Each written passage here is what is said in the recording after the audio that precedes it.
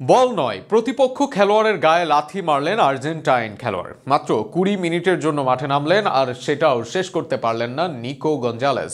লাল card দেখে ছাড়লেন মাঠ, বাড়ালেন কোচের বিপদ। এ যেন আসলেনই লাল কার্ড হজম করার জন্য। আর্জেন্টাইন এই খেলোয়াড়ের লাল কার্ড হজম নিয়ে বিস্তারিত থাকছে প্রতিবেদনে। বেচারা স্ক্যালোনি হয়তো মলিন মুখে চেয়ে থাকবেন, মাঠে না টিভি সেটের সামনে থাকা আর্জেন্টাইন ভক্তদের অবস্থাও হবে বিব্রতকর। যেখানে দলের জয়ে অপেক্ষা করছিলেন তারা, সেখানে শেষ মুহূর্তে ঘটল এমন এক কাণ্ড। এমন কিছু করে কি পার পাবেন নিকো গঞ্জালেস?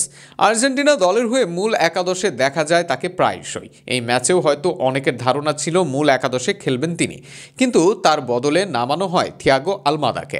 যেখানে 75 মিনিট খেলে ম্যাচের ফলটাই বদলে দিয়েছেন আলমাদা, সেখানে মাঠে নেমে 20 মিনিটও খেলতে পারেননি নিকো গঞ্জালেস। তার আগেই তাকে মাঠ ছাড়তে হয় লাল কার্ড হজম করে। আলমাদার বদলে 75 মিনিটে আসেন মাঠে। দলের অনেকের চেয়ে ওয়ার্ক রেট ভালো তার, শেষ মুহূর্তে ডিফেন্সিভ উইঙ্গার হিসেবে ভূমিকা রাখতে পারবেন।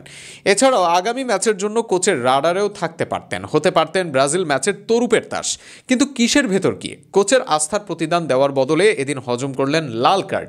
ম্যাচের 94 মিনিটে তখন একের পর এক আক্রমণ করছে উরুগুয়ে, আর সেই আক্রমণ ভাগেই উরুগুয়ের হয়ে বল পান দলের ফুলব্যাক নান্দেজ।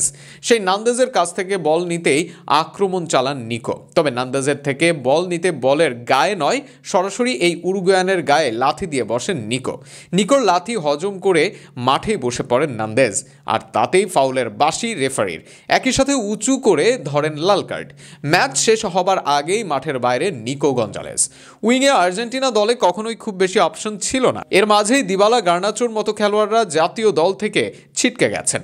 একজন অভিজ্ঞ খেলোয়াড় হিসেবে সেখানেই দায়িত্ব নেওয়া উচিত ছিল নিকোর। অন্তত শেষ সময় নেমেও দারুণ কিছু করে খেলাটাকে শেষ করতে পারতেন। কিন্তু উল্টো ব্রাজিলের বিপক্ষে স্ক্যালোনির একজন অপশন কমিয়ে দিলেন এই উইঙ্গার। অনেকে বলেন মাঠে শুধু দৌড়ান নিকো গঞ্জালেস, অনেকের মতে মাঠের খেলায় তার নেই ভূমিকা। এত কিছুর পরেও এই উইঙ্গারকে নিয়মিত সুযোগ দেন আর্জেন্টাইন কোচ লিওনেল স্ক্যালোনি। কিন্তু এভাবে সুযোগের অপব্যবহার করলে আগামী দিনে আর্জেন্টিনা দল থেকেও যে ছিটকে যাওয়ার সম্ভাবনা আছে এই উইঙ্গারের।